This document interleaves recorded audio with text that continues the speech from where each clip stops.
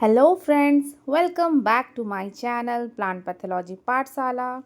So in the previous video we have already covered about the PAMP molecule, the pathogen associated molecular patterns, what about its discovery, then about its types, how it trigger PTI response, the pattern triggered immunity, and how it is recognized by PRRs, the Pattern Recognition Receptors. So in this video we will discuss in detail about the PAMP receptors, that is the Pattern Recognition Receptor or the PRR molecules. So PAMPs are derived from the pathogen. They are pathogen molecules, but this pattern recognition receptors PRRs are the receptors that recognizes the PAM molecule and it is present in the host, means in the plant. Okay, so first in brief about the PRR molecule, that is the PRR, the pattern recognition receptors are proteinaceous receptors located on the surface or intracellularly on the plant cells. Okay, so these are the proteinaceous molecule. The nature or chemical composition is proteinaceous, and these are the receptors mostly present on the membrane of the plant. Okay, these are the receptors present on the plasma membrane of the plant cell, present on the surface, either on the surface or intracellularly. See, the surface receptors are the PRR, and intracellular receptors you may call it as argines. Okay, because argines are also the intracellular receptors. They recognize conserved foreign molecules, that is the PAM molecule or the MAMPs or DAMs. PAMs are pathogen associated molecular patterns. So these are signature molecule for a pathogen. That may be a pathogenic fungi, bacteria or any virus. But MAMP means microbe associated molecular patterns. Microbe, see, a small difference is there between the pathogen and microbe. All the pathogens are under the microbe, but all microbes are not pathogenic. Some microbes are also beneficial. Okay, so when any beneficial microbe enter into the plant cell, the plant don't need to activate PTI response. So they are considered as MAMPs, not PAMPs. Okay, PAMPs are harmful, but MAMPs are beneficial. Then some molecules are also released by damage. Okay, that molecules are known as damage associated molecular patterns. In the next videos we will discuss about the DAMs in detail, how it triggered DTI, damage triggered immunity, what are DAMs, its type, everything in detail we will discuss. So now you are clear about PAM, MAMP and DAMs. So the PAMs are the pathogen derived molecule or the pathogen associated molecular pattern that are recognized by the cell surface receptor of the host plant, that is the PRR, pattern recognition receptor, that ultimately trigger PTI. So recognition of this molecule initiate first line or innate immunity. The other name for PTI is first line of defense or innate immunity. Remember this term. These are very important for exams. Okay. Next, about the discovery of PRR or pattern recognition receptors.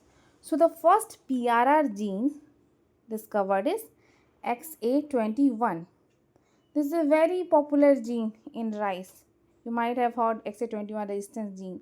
So this XA21 is a receptor that recognizes the Xanthomonas oryzae or Pathover oryzae. By that, it ultimately trigger the defense response. Okay, so the first PRR gene XA21 in rice against Xanthomonas oryzae, the BLB, the bacterial leaf blight of rice, was discovered by Khush et al. 1990. Then the gene mapping and cloning of this XA21 was done by Ronald et al. 1992. Remember the scientist's name as well as the year. Okay, XA21 was first initially discovered by Khush et al. 1990, but the mapping and cloning of the gene, the exact location, was determined by Ronald et al. 1992. The next second PRR discovered was FLS2 in Arabidopsis that recognizes the PAMP molecule FLG22. So this discovery laid to the foundation for understanding the pattern recognition and the PTI, the pattern triggered immunity. Next, the characteristics of the PRRs. So the first major characteristic, the main characteristic is it recognizes only non-self molecule. Okay, so if it recognizes its own molecule and trigger PTI response, definitely it is waste of energy for the plant. So it only recognizes the non-self alien molecule that are PAMP, MAMP or DAMP. Okay, these three molecules the PRR recognize. Then second important characteristic feature is it frequently associated with kinase for signal transduction. It is a proteinaceous molecule that is associated with the kinases for signal transduction. After recognition, further signal transduction cascade will activate it that ultimately activate the further transcriptional mechanisms and further the defense mechanism will be activated. Then detect ligands at nanomolar concentration. So it is very much sensitive. At nanomolar concentration it can be activated. Next, can be suppressed by pathogen secreted effectors. So the PTI is the basal or first line of defense for the plant, which is can be suppressed or break by the effectors. So effector break the PTI and trigger the effector trigger immunity or effector trigger susceptibility. Okay, so for detail about this effector, how it is suppressing the PTI as well as what is effector, about the type, everything I have already discussed in a separate video, so you can check in the playlist. So this is about the PRR. So this recognizes the non-self alien molecule. Then it is associated with kinases for signal transduction. It is a proteinaceous molecule. Then it can detect at very low concentration, that is at nanomolar concentration, and can be suppressed by pathogen secreted effectors. Next, the types of PRRs. So PRR are classified based on the location and the molecule they recognize. So 4 types are there. First one is extracellular receptors. So name only suggests that it localizes on the surface, that is on the plasma membrane. So it may be a receptor like kinase or receptor like proteins that can be written as RLKs or RLPs that recognize PAMPs, MAMPs or any other apoplastic effectors. Example of extracellular receptor or extracellular PRRs are For RLKs, it is XA21 and CERK1, and for RLP, it is CF2. Then intracellular PRRs. These are mostly the nucleus localization receptors, localization regions you can call it as R genes, okay, that recognize the effector molecule inside the cytoplasm, and it is present in the cytoplasm or in the nucleus, because effector may be a cytoplasmic or nucleus effectors. So the PRRs present intracellularly may be in the cytoplasm or nucleus to recognize that particular effectors. So examples of the intracellular receptors are PETA, RPS2, RPM1. Then third category is secreted receptors.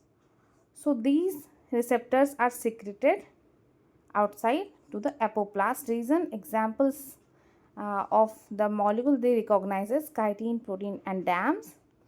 An example of the secreted receptors are LYM2, RCR3 and WKS. Then fourth category is wall associated receptors. So these are the cell wall, or these are present in the interface between cell wall and plasma membrane. Example of wall associated receptor is WK1, WAK1 that recognize DAMs. So this is about the pattern recognition receptor types. Then mechanism how this PRR, the pattern recognition receptor function, how it recognize the PAMP molecule or DAMP or MAMP molecule that ultimately trigger the signaling cascade, and finally the defense system will be activated, that is the PTI. Okay, so the first step is the recognition. So this interaction is protein-protein interaction is there between the ligand, this ligand or the MAM molecule and our receptor molecule. So the PRR recognizes and bind with specific MAMP or DAMP molecule. Then the co-receptor recruitment will occur. So this co-receptor, the most important co-receptor, that is the BAK1 and SOBIR1. These are the very important co-receptor that further, after activation of this PRR, that further activate this co-receptors, and then they finally help in activation of the kinase cascade. So activation and phosphorylation of downstream protein signaling will occur.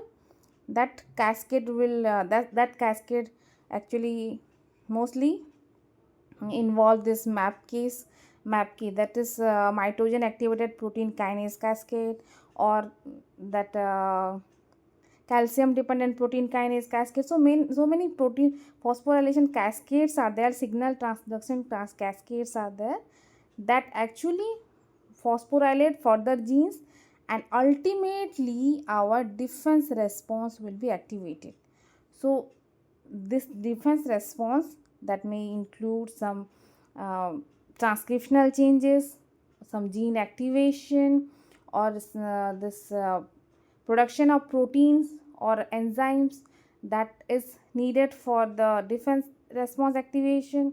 So these things will be activated, this defense response will be activated, but the level of defense response is low. This is the basal level of immunity in case of PTI.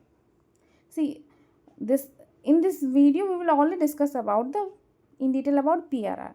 For PTI and ETI, what is the level of defense, what are the things or what are the mechanism under this defense mechanism that are activated, what are the genes, proteins, everything we will discuss in a separate video. So this PRR first recognizes the PAMP or DAM molecule, then co-receptor recruitment will occur, then activation of kinases cascade, then through this kinase cascade, signal transduction will occur and ultimately defense response will be activated. So for a quick revision, this PRR, the pattern recognition receptor, are proteinaceous molecule that is associated with kinases mostly.